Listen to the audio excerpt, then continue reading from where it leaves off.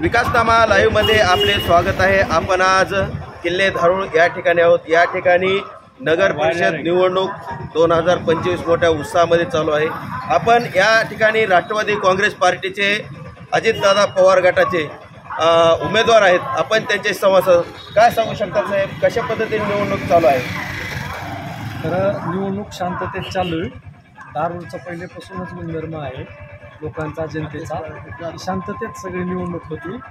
निवडणूक झाल्यावर विसरून जातात जिकडे तिकडे सगळे, ते पहिलेपासून होता धारूरचे। आणि आपल्या परीनं आपला प्रचार प्रत्येकजण करायला लागला आहे। आम्ही आमच्या पक्षाच्या वतीनं उमेदवारी मिळालेली आहे, दादांनी दिलेली आहे। विकासात्मक दृष्टिकोन आहे, चांगला आहे दादाचा। बजेट टाकले, रोड चालू आहे, पुढचे आश्वासनं दादांनी दिलेलं, त्यासाठी प्रत्येक जनतेपर्यंत हे दारू थोडं विकासापासून मागे राहिलेले आहे, थोडं म्हणता येत नाही, बरंचसं राहिलेले आहे। थोडं दादा या आमदार सक्रिय असल्यामुळं आणि विकासात्मक जी कामं आहेत त्यांनी करतो म्हणून आम्ही करायला सुरुवात केलेली आहे, बजेट टाकलेलं आहे। त्यामुळं आम्ही पूर्णपणे ते निवडून कसं येतात आणि अध्यक्ष होऊन गावाचा विकास कसा करता येईल याच्यासाठी आमचे प्रयत्न आहेत। दादाचा आम्हाला आशीर्वाद आहे, दादा पण खूप प्रयत्न करत आहे। मला एक सांगा, जे की या धारूर शहरामध्ये काय तुमचं विजन काय आहे, नेमकं पुढील काळामध्ये कशा पद्धतीने विकास किंवा काय कुठली गोष्ट तुम्ही चांगल्या पद्धतीने जे की नावलौकिक होईल अशी एक कुठली गोष्ट करायची इच्छा आहे तुमची?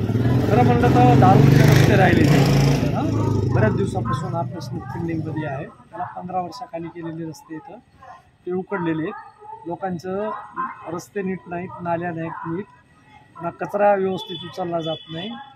आणि तिसरी गोष्ट म्हणजे पाण्याचं नाही, तर दादांनी पाण्याचा प्रश्न मार्गी लावलेला आहे, येऊन पडलेला आहे।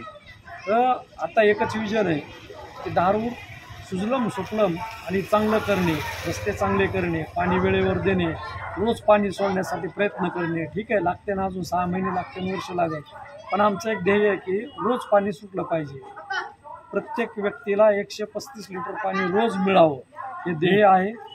धारूरचा विकास पूर्ण करणे हे आमचं ध्येय आहे। सगळे असे चांगले धारूरच्या दृष्टिकोनातून जे काम आहेत ते चांगल्या पद्धतीनं करणार आहेत। मुलांसाठी गार्डन करण्याचं आश्वासन दिलेलं आहे, खेळण्यासाठी वगैरे सगळे असं धारूरमध्ये 4-5 करायचं दादाचं विजन आहे।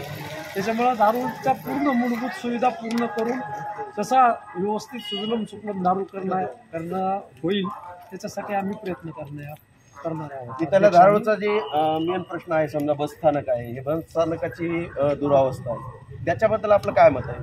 खरं पाहिलं तर बसस्थानकाचं सगळे तुम्ही म्हणतात ते दयनीय अवस्था आहे।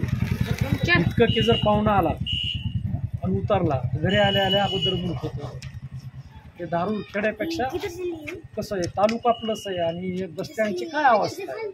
आता आम्ही सांगायचं काय बोला त्यांना, बाबा होणार आहे पलीकडं, असं पाहुण्यांना सुद्धा खोटं बोलावं लागतं। आता इथं बजेट आलं होतं स्टँडवर, NOC नगरपालिकेचे नाही म्हणून ते बजेट वापस गेलं। राजकारणाचे विषय लोक राजकारणाचा गैरवापर करण्यात आला आतापर्यंत, पदाचा याचा त्याचा, म्हणजे चांगला वापर शहराच्या विकासासाठी करण्यात आला नाही। शहराचा विकास काही केलेलाच नाही, ते आम्ही आत्ता प्राधान्यानं त्याला लक्ष देऊन दादांना ही आमची समस्या सांगून सोडवण्याचा 100% प्रयत्न करू। लवकरात लवकर बसस्थानक तयार करण्याचे प्रयत्न आहेत मंजुरी घेऊन बजेट टाकून।